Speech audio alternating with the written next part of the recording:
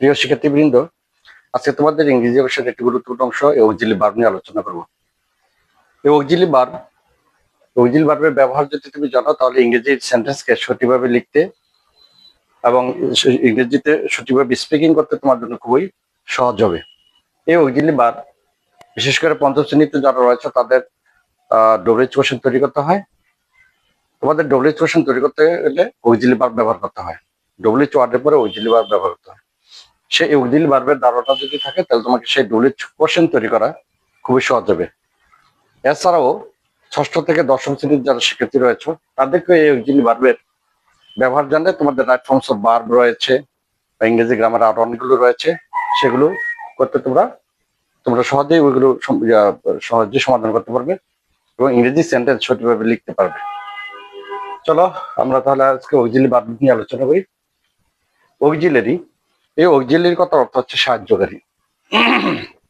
Sorry, auxiliary অর্থ হচ্ছে সাহায্যকারী, অক্সিলারি ভার্ব অর্থ হচ্ছে সাহায্যকারী ক্রিয়া। তাহলে তার নামেই বোঝা যায় তার অর্থ হচ্ছে সাহায্যকারী। তার মানে কি, যিনি সাহায্য করেন তাকে বলা সাহায্যকারী। তাহলে অক্সিলারি ভার্ব অর্থ হচ্ছে সাহায্যকারী ক্রিয়া, তাহলে তার কাজ হচ্ছে সাহায্য করা। প্রশ্ন হচ্ছে সে কাকে সাহায্য করবে। তাহলে অক্সিলারি ভার্ব যেহেতু সে সাহায্যকারী ক্রিয়া, সে মূল ভার্বকে বাক্যের অর্থ প্রকাশে সাহায্য করে।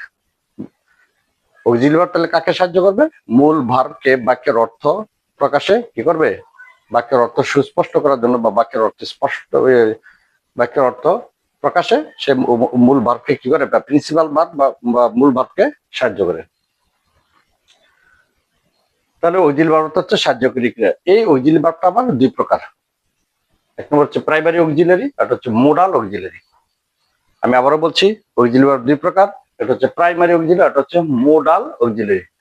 অনেক জায়গায় বলা হয় যে মডেল, অনেকেই বলতে শোনা যায় যে modal auxiliary, not modal auxiliary.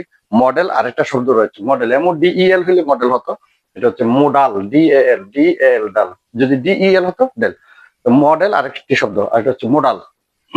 Modal auxiliary verb. তাহলে অক্সিলারি ভার্ব দুই প্রকার, প্রাইমারি অক্সিলারি, মোডাল অক্সিলারি। এই প্রাইমারি অক্সিলারির মধ্যে রয়েছে তিনটি, একটা হচ্ছে বি ভার্ব, একটা হচ্ছে ডু ভার্ব, একটা হচ্ছে হ্যাভ ভার্ব। বি ভার্ব বলতে এই পাঁচটি ভার্বকে সাধারণত বুঝানো হয় am, is, are, was, were. এছাড়া অনেক বইয়ের মধ্যে বি ভার্ব বলতে am, is, are, was, were এর পরেও, এই পাঁচটি বি ভার্বের পরেও বিং অথবা বিন, ওইগুলোকেও অক্সিলারি ভার্ব হিসেবে ধরা হয়। তো মূলত বি ভার্ব হচ্ছে পাঁচটি, am, is, are, was, were. Do verb বলতে do, does, did. Have verb বলতে হ্যাভ, হ্যাজ, হ্যাড। এই হ্যাভ, হ্যাজ, হ্যাড কে হ্যাভ ভার্ব বলা হয়। এইগুলো এই হচ্ছে তোমার প্রাইমারি অক্সিলারি ভার্ব। এই প্রাইমারি অক্সিলারি ভার্ব মোট 11টি, এখানে 5টি, এখানে 3টি, এখানে 3টি। তাহলে 5, 3, 8, 8, 3, 11। প্রাইমারি অক্সিলারি সাধারণত এই 11টি। আবার কোনো কোনো বইয়ে আরো 2টি অতিরিক্ত থাকে, যেমন বলেছি যে বিং অথবা বিন। অনেক জায়গায় হেভিং কেও অক্সিলারি ভার্ব ধরা হয়। তো যাক, এই সাধারণত 11টি।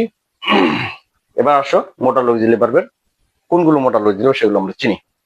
তোমরা সাধারণত চিনো, কিন্তু এগুলো যে মোডাল অক্সিলারি হয়তো সেটা জানো না, এখন ক্লিয়ার হয়ে যাবে যদি এগুলো জানো। তো মোডাল অক্সিলারি হচ্ছে 13টি। এখানে মোডাল অক্সিলারির তালিকাগুলো লেখা আছে।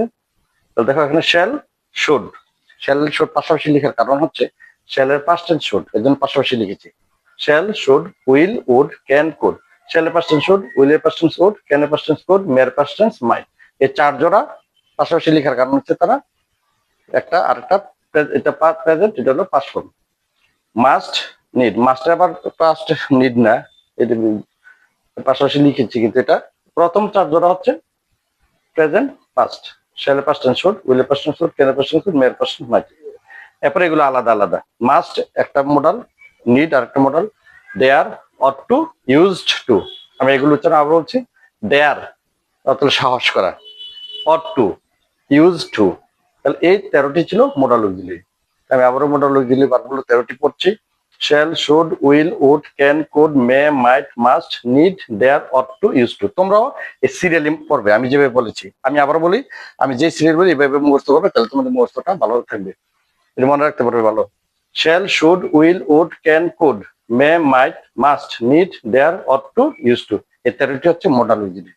তাহলে মোডাল অক্সিলারি 13টি, আর প্রাইমারি অক্সিলারি হচ্ছে 11টি। মোট হচ্ছে 24টি। 11 যোগ 13, তাহলে অক্সিলারি ভার্ব সাধারণত 24টি। আবার কোনো কোনো বইয়ে যেহেতু বলছে বিবার আর 2টি বারে, 26টি বলে, 25টি বলে। 26, 24, 25, 26 এই তিনটি সংখ্যার মধ্যেই মোডাল অক্সিলারি ভার্ব গুলো থাকে। তো সাধারণত এখানে প্রাইমারি অক্সিলারি হচ্ছে 11টি আর মোডাল হচ্ছে 13টি। এই 13 আর 11 এই 24 হচ্ছে অক্সিলারি ভার্ব।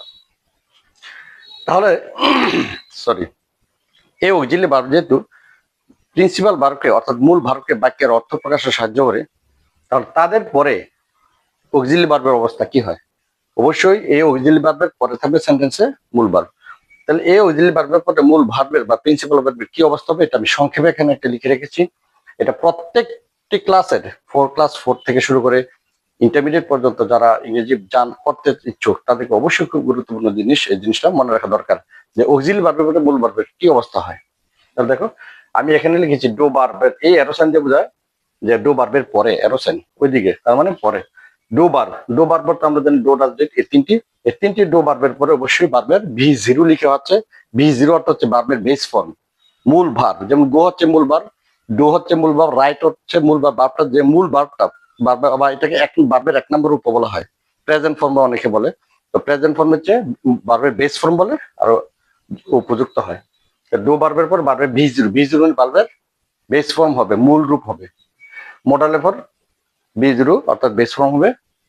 আর হ্যাভ ভার্বের পরে ভার্বের 3 নম্বর রূপ হবে। তা ভার্বের 3 নম্বর রূপ মানে কি?